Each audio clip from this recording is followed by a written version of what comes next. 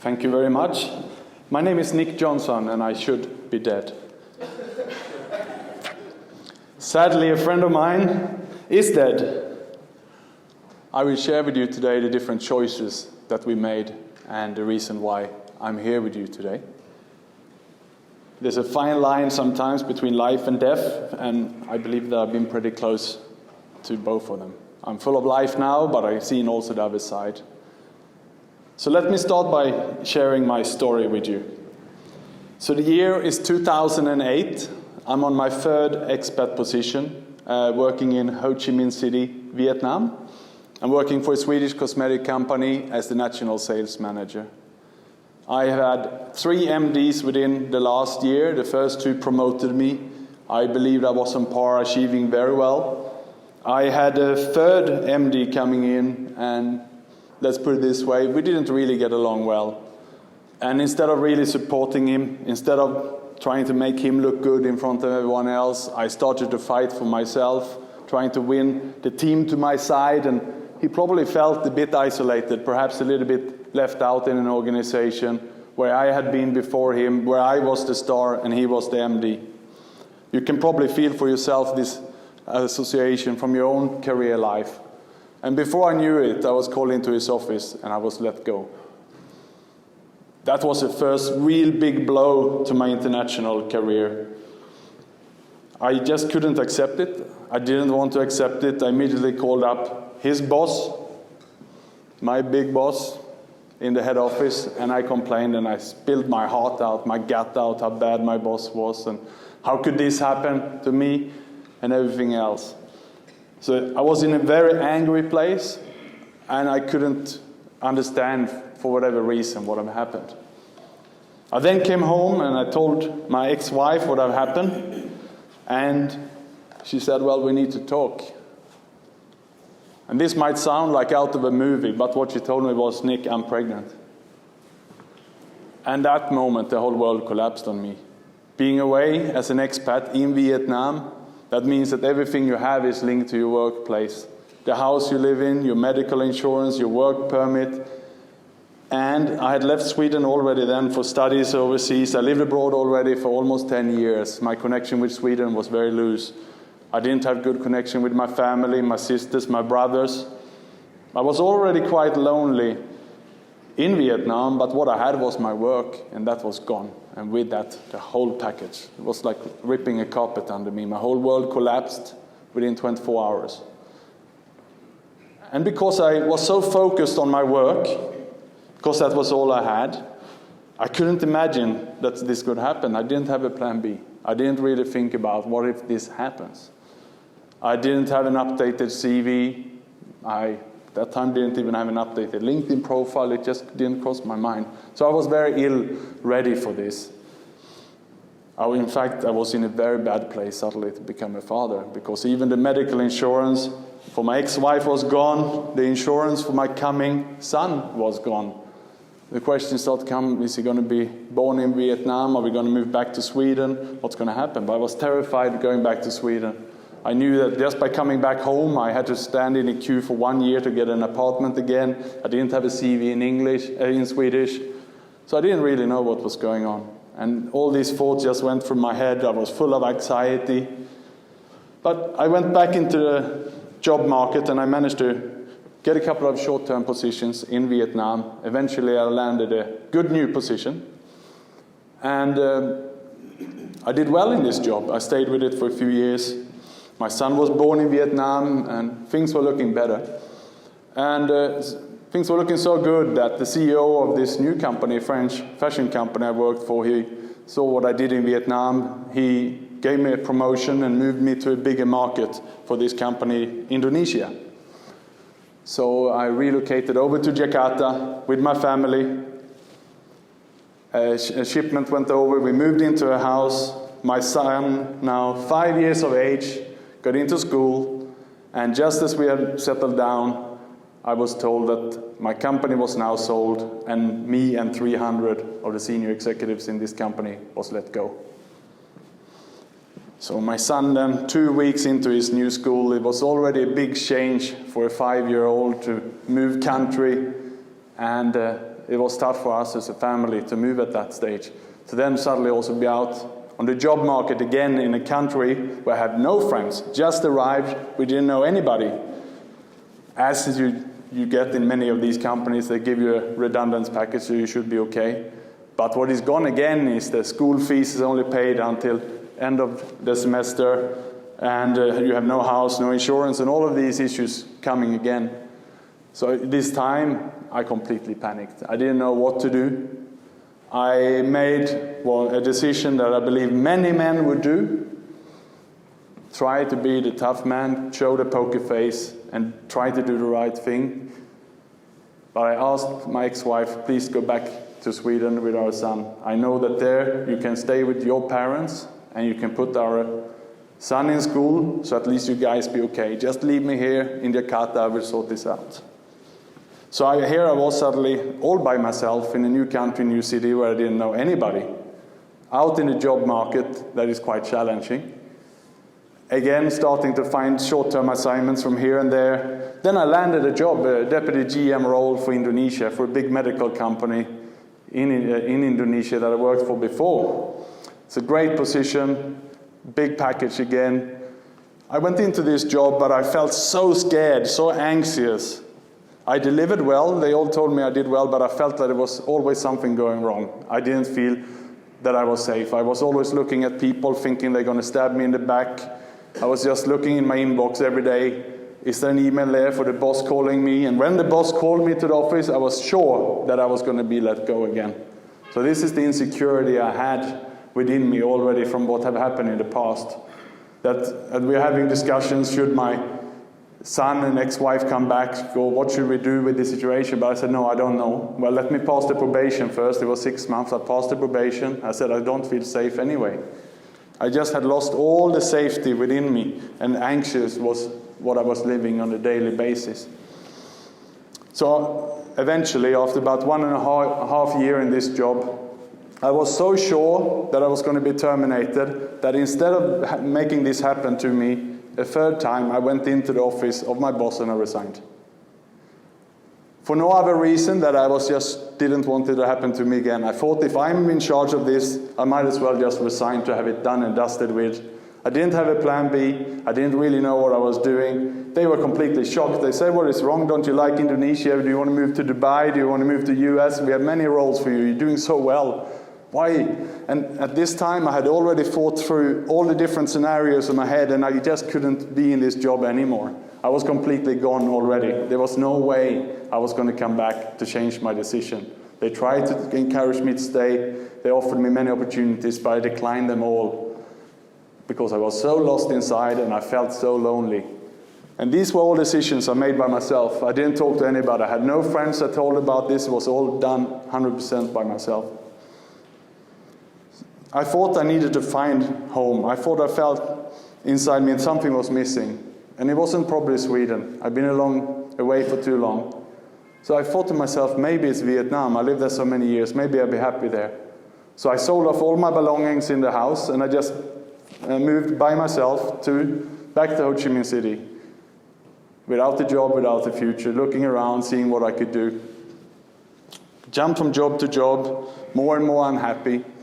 Then eventually, EGN called me up. They wanted someone to help them set up a few peer groups in Ho Chi Minh City. I did that project, and by end of 2017, the position of MD of EGN here came up in Singapore. I was in a very bad state in Vietnam, probably drinking too much, not sleeping enough, not looking after myself. And I said, well, Singapore is a more modern country. Since I come from Europe, maybe it will help me. Maybe there's more support there. Maybe I can get some friends over there. The medical system is better. I knew I was not well. So I took the chance and I moved here in January 2018, and with an inner burning desire that I need to sort something out. I'm not well and I'm not happy. I feel lonely. I feel isolated. I need to find connection with people.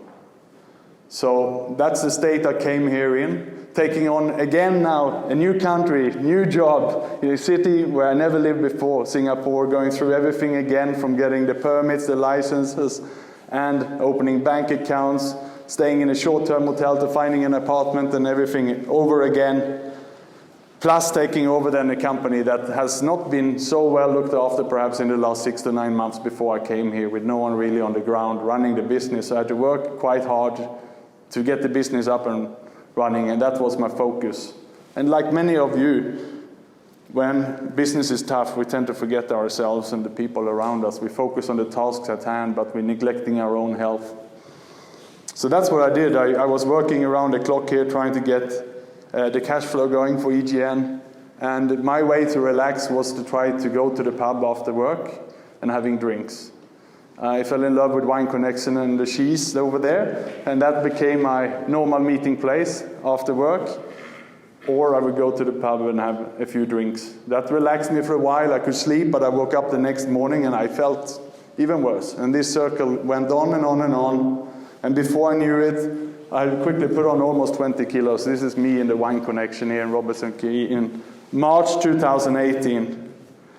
And I just couldn't understand what was going on with me inside. I mean, I just felt worse and worse and worse. Mentally and physically, I was breaking down.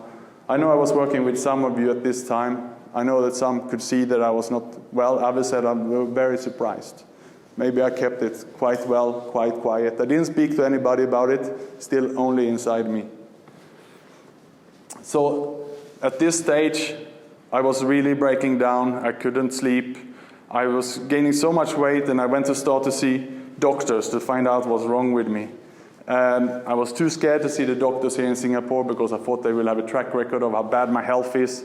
I was terrified that they're going to lock me in, inpatient me. So I went over to Batam and saw some doctors, and they didn't want to make me leave. My blood pressure was like 190, 125. All my values, the liver, the kidney, was so bad that I might as well just die. That's the state I'm in March, and I just didn't know what to do. Of course, I panicked even more knowing this. And my fear was that, again, the last thing I had was work at this stage. I had luckily found a lady who was to become my wife at this stage. So it was one person at least I started to speak to, and she's the one who took me to Batam Hospital, which I probably wouldn't have done if I was by myself. That probably saved my life, that trip. And I saw many more doctors, and then again I was too scared to see doctors here. I flew to Thailand to go to various hospitals just to hear the same, how bad state I was in. By some miraculous way, we managed to get some medicine of the doctors without inpatient me. And this is, by the way, my foot at this stage. My left leg was so swollen from all medicine, all stress, everything that was going on me. The body was breaking down so much I could hardly put on a sock. I hardly put on a shoe. That was the state of my left leg. This time, I remember lying in bed on the weekend trying to breathe. My heart was pumping so much and rushing so much, I thought I was going to jump out through the window, and I just didn't know what was going on. The only thing I knew was that I was not going to have much more days to live. I wasn't suicidal. I didn't have those thoughts. Perhaps my depression haven't hit me that hard yet. I just knew that in this state I am, because I was struggling to just walk 1 kilometer, I'm not going to live much longer. So that's when I started to prepare for my death, should I said. I started to think through everything, what's happening if I'm dying. I got life insurance. I started to write my will, my testament, all of these kind of things that you do when you prepare for dying. I did. I wrote everything. I sent documents to my parents in Sweden, to my ex-wife. I made clear, if I die, this is what happened, so that if I go, at least there's not too much chaos for everybody else. I didn't think again too much about for myself. I just started to accept it, that I probably don't have much longer to live. I also then started to do some research in my family, and I found out that on my father's side, the average age of male is 44. I'm 44 now. That probably didn't make me feel much better. Realizing that I have about 1 year to go, which confirmed again my thoughts inside me. But the fact that I had gone this far, that I basically had surrendered, I had given up, I had nothing else inside me, sort of gave me a bit of a relief as well, because I think I couldn't go any further. I couldn't drop any further. And having my coming wife, who then married me during this state, also gave me at least one person to speak to. We were 2 people now at least sharing. I shared everything honestly, openly with her, what was going on, and that helped me. So that was my turn. That's when I started to recover step by step slowly, and I will come back to this later on today and share with you in my closing how I overcame this. But just as I was in my recovery, a year later, a good friend of mine, Simon, committed suicide here in Singapore. I know that many of you knew him. He was going to speak at an EGN cross-functional events on the future of work. I met him here on the 6th floor, having coffee a few times. We prepared for his event, his talk.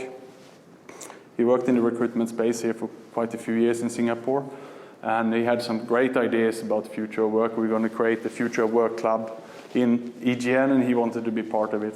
I told him, come to one of the EGN cross-functional events first, see for yourself, get to know the culture and so on before you present. He said, okay, I'll come.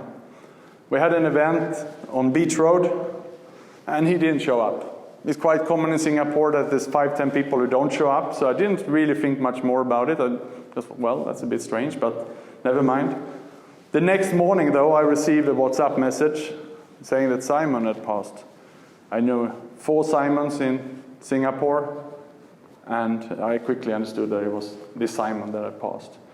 We had no idea. For us who knew him, we had no idea. He didn't show any signs. In fact, I think he was living his dream. He had just come back from Mount Everest, where he had climbed up to the base camp. He had a girlfriend he loved. I remember reading on his Facebook feed that he'd never been happier. He showed love photos with her.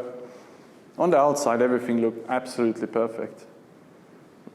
So that just shows that you just have no idea what's going on in people's head and when something is going to happen. This was a huge eye-opener for me, because until this stage, so I'm 1 year into my recovery, it was only my wife and myself basically who knew what was going on. I kept it inside me. On the outside now I looked pretty strong, I was recovered, but I thought, this is not right. I need to do something, I need to share my story, I need to help other executives who might feel the same way. There must be more people out there who's also been suffering or who are suffering that I need to share this message. I thought I cannot do this without contacting Simon's family. So I called up Simon's brother in the UK, and he said, please Nick, shout it out loud. People need to hear this. I have no idea what's going on. I miss my brother so much. Spread the message. Let's help other people who might be suffering. So that's what I did. I then launched a campaign one and a half months after Simon's death, Raise the End to Executive Loneliness. Here I am in Sweden. I was so just a bit over a year after I started my recovery to do an Ironman event. So I launched the campaign and it went viral. I had hundreds of people all over the world writing to me saying, Nick, my wife is just suicidal now. I have my brother just committed suicide. This is happening in my organization. And I had even people who got inspired, who wanted to help me with the campaign, who said, keep going, Nick, share this message. And that's what we started to do. And I know that many of you in the room helped to share and donate money to this great cause, the Samaritans in Singapore, which is a suicide prevention agency. So it's a beautiful cause, and that's what I'm here today to share with you a little bit about this campaign and what we can do together. So what is then executive loneliness? I've given you a bit of taste of what I went through, but what is it? Anyone at all who want to share with me? What does it mean?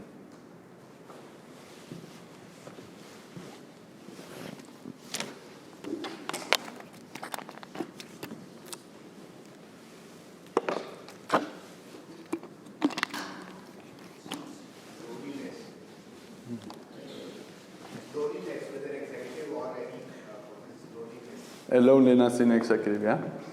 You feel that nobody understands you. Yeah, you feel that no one understands you, you feel left out. When you're at the top or close to the top of an organisation, there's not that opportunity to actually talk to people about how you really feel. Yeah, at the top it's not so easy to talk to other people how you feel, correct? Anyone else? I feel people just want to know me or talk to me because of what they can get from me. Almost on the same line. So you're busy helping people in your organization at the top. Yeah. But you don't get, so there's a lot of going out from you, not coming in so much. Correct. I agree, and just because you are surrounded by people, you can still feel lonely. I was the MD of EG in Singapore also in January 2018. I had all you people around me. I felt disconnected because how I felt inside. When I'm around you guys these days, I feel connected. It's a miracle, it's night and day. So just because you're surrounded by people doesn't mean that you are with them. I also answered this question on radio. They invited me on radio in July, so just after Simon's suicide, to talk about it. And I said it's lonely at the top. Exactly what you said, and that's also, by the way, what's on today's inner cover of the Business Times, where there's an article where they interviewed Maria, who will speak after me today, and myself, when we're talking about executive loneliness. Thanks to our great PR agency who help us to manage to spread this important message. So lonely at the top is how I answered it. And especially if you look in Singapore, many of you are regional directors. You are reporting to a boss in US or Europe. You might have a weekly call. They ask you about, are you on track? Is your business on track? But they rarely ask you, you have time to explain what's going on. It's the odd question, well, how are you? I'm good. Of course, you're not going to share all the details. And also then you have your team below you in the various markets and countries who you visit once a month or once a quarter. You connect with them to inspire them to achieve the targets. You go out, have a great dinner. But it's very hard to connect with them and explain exactly what's going on in your life. And then you have your family perhaps who's sitting behind here in Singapore when you're traveling Asia. So you also don't have time to connect with your family. And then about your own health. You're working, traveling all the time, so you're neglecting your health. In that sense, it can be very lonely. You have no one to share with what's going on. If you're in the middle management, at least you go for a lunch perhaps with 10 people at your level, and you can connect and you can discuss more openly. So the problem is indeed unique at the top. Let's look at some of the statistics then. The global statistics about depression and loneliness. So we know that about 5% of all people in the world are suffering from depression. That's some statistics from WHO. I'm writing a book on the topic at the moment, and I interviewed quite a few people, talking to a lot of people, so I start to get some statistics on this here from Singapore. And it shows that 30% of the people that I speak with either are depressed or have been depressed. That's a huge number. It's 6 times the global rate. But remember, I'm talking to senior executives. So the higher up you are in the organization, the risk is higher. If we look at the global numbers also, 75% of those who need help don't seek help due to stigma. So this is a huge issue. And that is why I know also, and I received some messages from senior executives who wouldn't come here today because of the stigma. They were telling me, Nick, you're barking up the wrong tree. I may be suffering, but if I walk in there, maybe I show I'm a sufferer. There's a lot of people who don't even want to be associated with the topic, who see it as a negative topic. We've been trying to spin the topics, as Donna introduced me today, celebrating the end of executive loneliness, because we still need to show that it's dead serious, it's an important topic, but we need to end it somehow. So the stigma is a problem. I'm asking the executives in Singapore if they talk about their challenges with the boss, with the CEOs in their companies, and 82% say that they find it very difficult to talk about it. So it just highlights the issue again. Let's share some of the stories. So here is Evelyn. It's not her real name, not her photo, but a real story. She's a Singaporean, 50 years old, fantastic career here in Singapore, been working for many of the big multinationals, just won some huge international award. She has a great profile, if you look at it. CV is super strong. Yet, for 1 year now, she finds herself outside in the workplace. She has had 50 job interviews, and she has 2 kids now at university. She started to struggle to pay the school fees. Because also she's left out from the workplace, she also lost everything in the identity. She feels extremely lonely, depressed, and she's in extremely bad mental state at the moment. Here's Alan. He used to work and live here in Singapore. He's just been promoted to a bigger role in the Middle East. He has a wife he loves. He moved into a huge villa. He has 2 Porsches, 1 2-seater and a bigger Porsche. On the outside it looks outstanding. But he missed all the connections with all his friends he had here in Singapore. He's sitting over there with his job and villa and sports cars. But he feels very disconnected, lonely, isolated. He doesn't talk to anybody. I might only know it because I opened up to him. Because I opened up this topic, he's told me this. This is Pasha. Pasha worked for one of the big internationals. He had a big regional role here in Asia. His wife divorced him because he worked too much. He traveled too much. He stayed in his job and he continued, and he has a new wife, and eventually he resigned from the job because, again, complained of too much working. He's now in another job and they demand him to travel even more. So now he's thinking, should I resign? Because I cannot have both a career and a wife. It's impossible. That's his dilemma going through right now. These challenges are real, and it's life and death, married or not married, divorced, and they have no one to talk to. Who do you speak with about these challenges? So how are you doing so far? I need to take a breath. It's a tough challenge. It's a tough topic for me to speak on, trust me.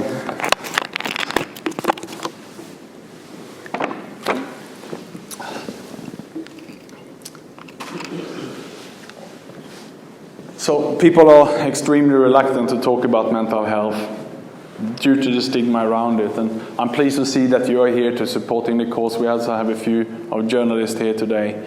It's a topic that no one really want to touch on, no one want to speak about, or does get very little coverage in the press, or is not very talked about in organizations. But we must. We must remove this stigma. It's okay to talk about it. And if we talk about suicide, that's even more. It's such a taboo topic, and as Maria will tell you later on, it was even illegal to report a suicide attempt in Singapore last year. Now it's decriminalized. So imagine if you are have a family and your daughter is attempting to commit suicide, but you're scared to take your daughter to the hospital or to a therapist to get support because maybe it's going to be reported. So that's isolating people further. Now it's decriminalized, so we're on the journey forward here. And the Samaritans, who I'm supporting as a volunteer now, and who many of you have kindly donated money to, is driving this cause forward. But I bet many of you have not even seen this news making it in the headlines in the press in Singapore that it's now decriminalized. But that's a huge news for mental health. It's a step forward for Singapore. So, if you feel comfortable to raise your hand, that's okay. But I asked this question, do you know someone who's committed suicide in a few countries now when I spoke on this topic? But let me ask in here if you know someone.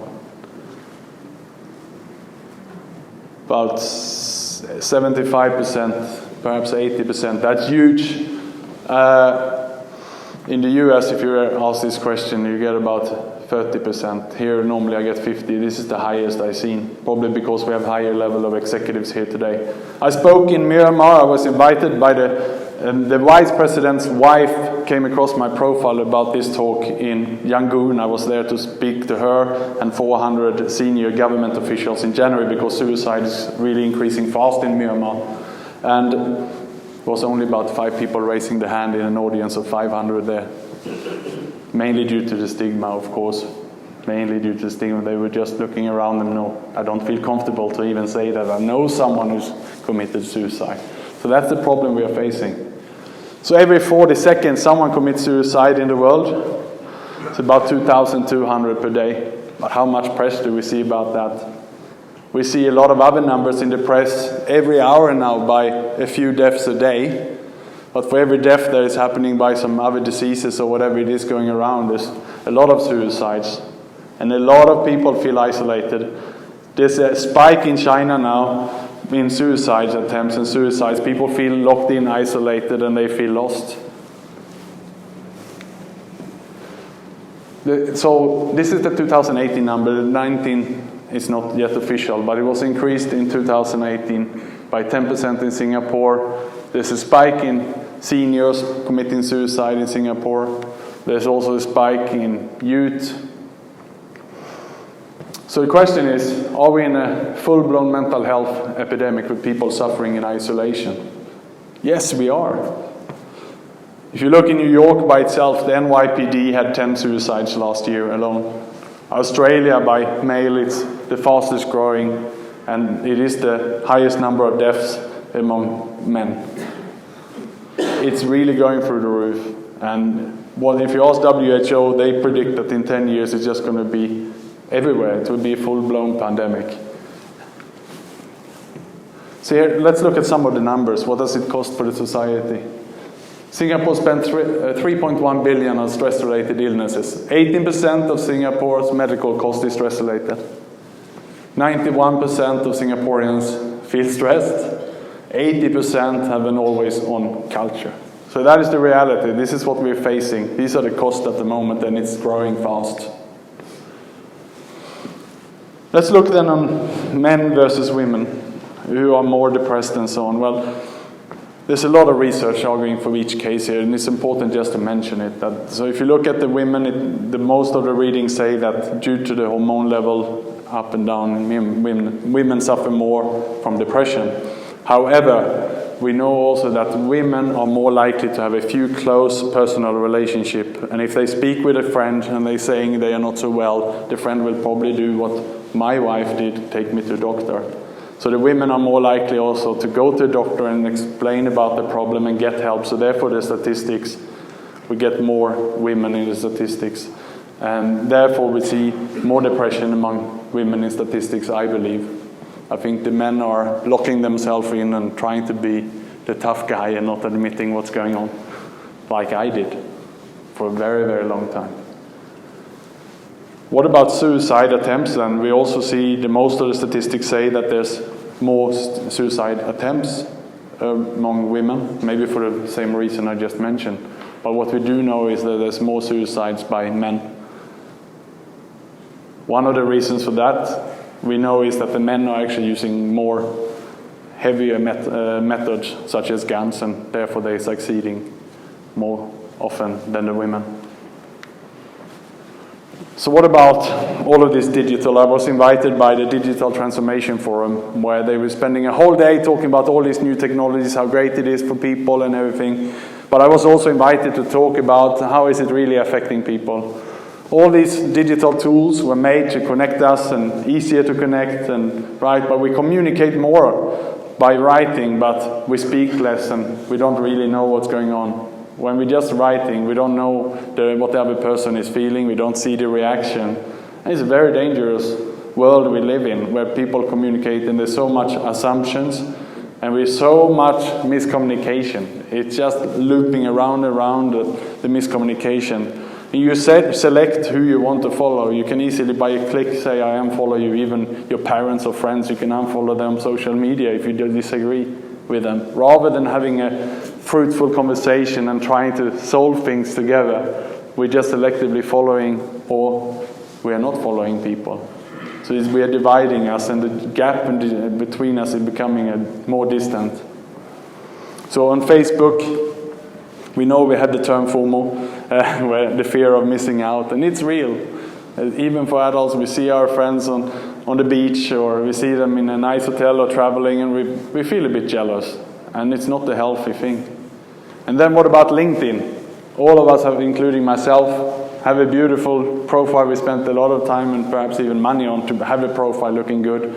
We expected to be on speaker panels, we expected to have a nice profile photo, we should win awards, we should have great recommendations by people, and it's just this constant race. We're competing all the time about the online presence, and it's very, very fake. What we see is only one side of the story. We don't really know what's going on. It's easy to hire a great agency to make a fantastic profile, and that's perhaps all that people see. But how often do we really have a genuine conversation, an authentic conversation, or a real profile? So how do we then overcome executive loneliness? And as I said before, when I reached my lowest point in 2018 here in Singapore, when I wrote my will, my testament, and I found my new wife, which helped me to have one person to speak to, which started a turning point. And that is exactly how I started my comeback and journey to life, by speaking to just one person first, to tell the truth, to open up. Of course, he couldn't solve all my problems. I needed to tell more. I needed medical attention. I went to see the doctors, but this time I was also telling them the truth. And I got the medicine I needed. I got the support. I also realized that I was drinking too much, and I said, Nick, I need to be honest. I need to face this. What should I do? Take a week off drinking? Should I stop, or what should I do? So what I did was, if you have an alcohol problem, you go to AA, and that's what I did. And the stigma and how I felt to walk there is incredible. I felt so shy, and I delayed it for many, many days. But I connected with someone who brought me there, and that really helped me. It really helped me. I haven't had a drink since May 5, 2018. I will remain from drinking, because I think when you're going through a difficult time, and if you're not really well mentally and you're drinking, you're solving it perhaps very quickly, but the next day it's worse, and then the spiral continues. So luckily, I managed to understand that, and I stood up and I faced myself, and I really tackled it. And that will help me, and I replaced the alcohol with more healthy things in life. So that, by also getting to AA, I didn't also just get rid of the drinks. There was other people in the room who had faced similar challenges. People, also senior executives, who also have had similar problems. What I learned was that many of them were based in Singapore, traveling all over Asia all the time, spending most of the times alone in hotel rooms, working and having perhaps team dinners in every country, going out with the teams and drinking, and that was their way to relax. Instead of exercising, they went out drinking. So there was more people like myself, and I could associate and feel the loneliness that they felt, I felt, and that helped me by talking to these people. So suddenly it was not only my wife who I told the story, I was sharing it with the people in these rooms, and that really helped me.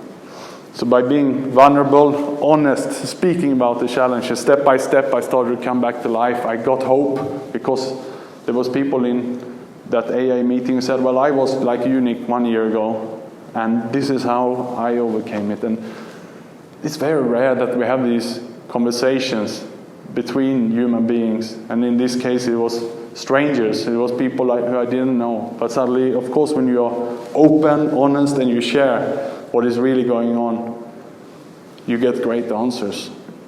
And that is, of course, what we do many times in the job where I'm with EGN, where we have the confidential peer groups. And I was just talking to one of you before who put yourself in a hot seat yesterday in regards to a challenge that you had within your company and within your clients, and had big decisions to make. Many times we keep them for ourselves. And instead of opening up and being honest about it, we make decisions ourselves. And in my case, looking back, it was terrible, the decisions I made myself. It was really bad. Moving from country to country, resigning when I'm doing great in the job. I mean, come on, what's going on? If I had some people who I knew, who I trusted, who I would have told what's going on, they would perhaps help me or stop me. Or I didn't even tell my boss what was going on. The real reason why I resigned from a great job, I didn't give them a chance to even reply, because I felt I had to do this myself. So apart from opening up, connecting with people, being honest, what else did I do to overcome this and getting rid of the alcohol? Well, I said I replaced it with some healthy things. I hired a coach, someone who not only trained me in the gym, but also someone who was looking after all sides of my life, so the sleeping pattern, what I was eating, and everything else. And there's many apps for that, so we installed an app and he was monitoring this. I was so unfit that I started by just walking, and he gave me a schedule. Well, walk this many K, and I clocked it, and he could see, and then he increased the training program. I also installed an app to punch in the calories, how much I'm eating, so I was on the track to really lose the weight. And he also gave me diets, what I should eat and what I should drink, and I could always ask questions also, is this okay, is this not, and so on. So that then changed the bad food I was eating, all the cheese at the wine bar replaced by some vegetables instead. And it's amazing what it does. They say the term of gut feeling. Well, I can certainly say that within 1 month or 2 months of just changing the diet, getting rid of the alcohol, I was suddenly feeling better. And just by walking, It's amazing, and I could start to breathe by just having done all these things together. So the sleep also, I realized how important it is, and it's very simple with the devices we have today to measure everything, the sleep. And I remember we looked at it and had a talk with him once a week how I was doing with everything. He said, Nick, you're about half an hour average on, you need more sleep. Prioritize it, schedule it, whatever you do, because you need it, especially the state you've been in. And it's been amazing to come back, and I just couldn't believe that after having been so down by speaking to people and changing some habits, you're suddenly back in life. And even to the state where also helping others really helped me by speaking to Simon's family, helping him with everything I could here after his suicide in Singapore, and spreading the message. I know his brother knows very well I'm speaking today. He's supporting us all along the way, and thanks to your support to be here. That helps me also today, that you are here to listen to me sharing my story, because hopefully it will help you or someone else to also open up. In one of these talks I did in September last year for the Women Association, who heard me speaking on radio, a mother went back and confronted the son afterwards when she had heard my story. And he went to rehab and is now on his way to recovery. So by just speaking and confronting each other and being open and honest, we're helping people. And this helps me. This is what helped me keep going in my journey to recover. So here is a picture of me then just over a year from having been so down where I could hardly put on a sock. I'm in Sweden to do an Ironman event, which is 3.8 kilometer swim, 180 kilometer bike, and a 42 kilometer run. So even myself, I couldn't believe I could come back this quickly, but it just shows that when you switch things in your mind, in your head and in your body, and with the right tools around you, with the right people, and being honest, everything is possible. And that's a great achievement, and I will continue to support this cause. So that's a little bit of me, and I had already done my gravestone before, and indeed it had this year on it, because the average age in my family was 44. But I'm not positive on my outlook, so I put in a longer year here. But thank you very much to listening to my story, and yes, it's a dead serious story. Thank you.